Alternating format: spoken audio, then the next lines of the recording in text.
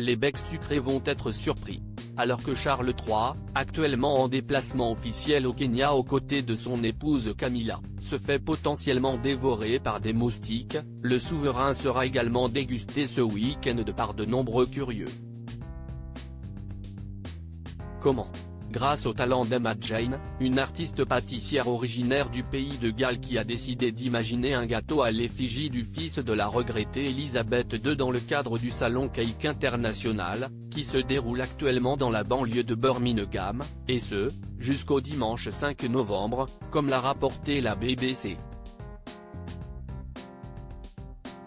Les badauds pourront ainsi admirer son Altesse sucrée entreposée aux côtés d'autres personnalités recréées en pâtisserie, à l'image des vedettes de la série à succès Stranger Things.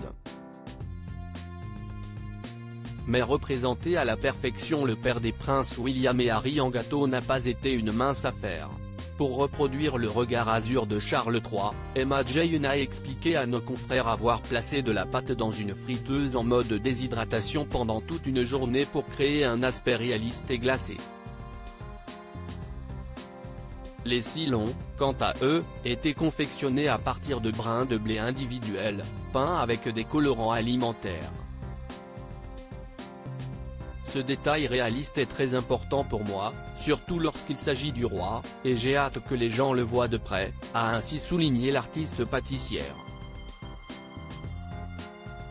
Souhaitant reproduire le roi au moment de son couronnement qui a eu lieu en mai dernier à l'abbaye de Westminster, Londres, celle-ci a également utilisé des Rice Krispies, des marshmallows, du chocolat à modeler ainsi que 60 kg de pâte à sucre pour pouvoir représenter sa tenue dans les moindres détails.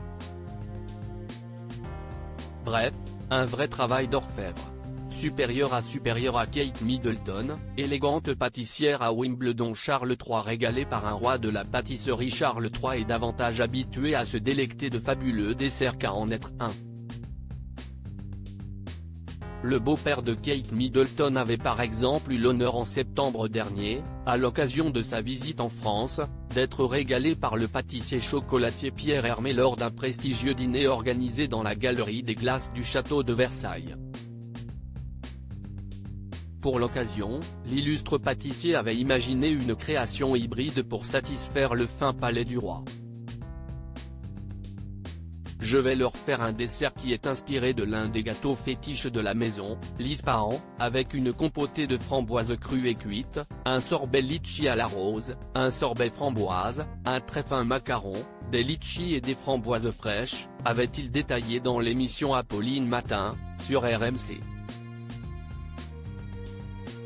Article écrit en collaboration avec 6 Médias Crédit Photo, agence.